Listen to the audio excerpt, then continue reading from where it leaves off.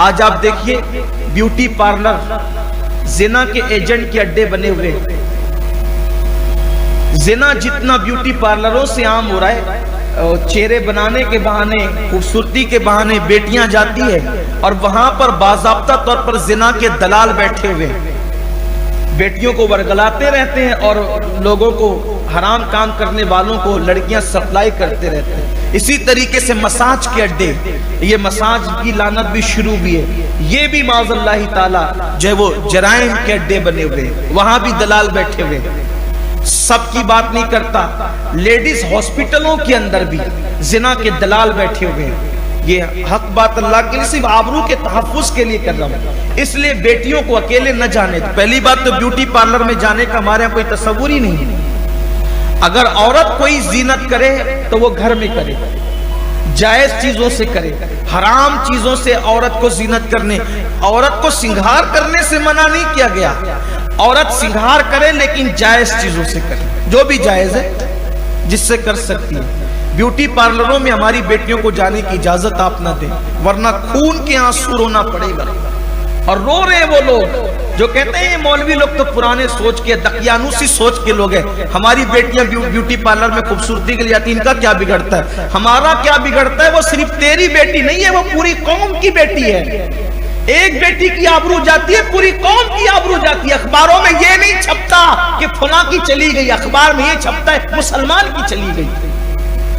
اس لیے ایک بیٹی پوری قوم کی بیٹی ہے، اس سے پوری قوم کی آبرو وابستہ ہے.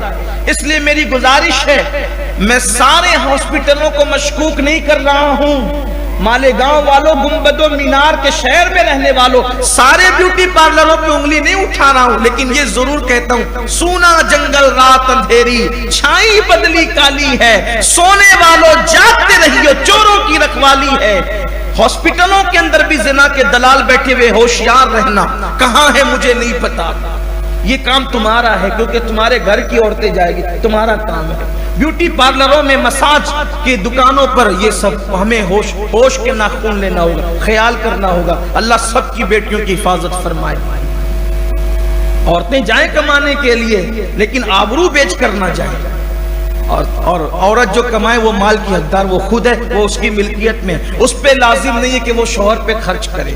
ہاں اگر وہ کرے گی تو اس کا احسان ہوگا، لیکن اس پر بڑا خیال رکھے، کہاں بھیجے کہاں نہیں بھیجے، اس پر ذرا غور کر لینا. بلکہ میں تو یہ کہتا ہوں، اسلام نے اجازت تو دی ہے لیکن حالات ایسے ہیں کہ آج تو بھئی اسلام نے تو عورت کو مسجد میں بھی آنے کی اجازت دی تھی نا، لیکن جب آبرو خطرے میں آ گئی تو روک دیا گیا.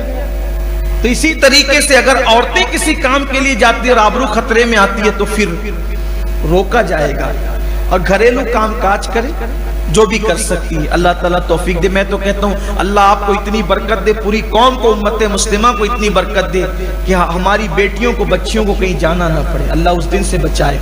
لیکن گھریلو ہنر سکھاتے رہیں تاکہ بچیاں اپنے پیروں پہ کھڑی ہوں. اللہ تعالیٰ توفیق نصیب فرمائے. پھر آگے بتا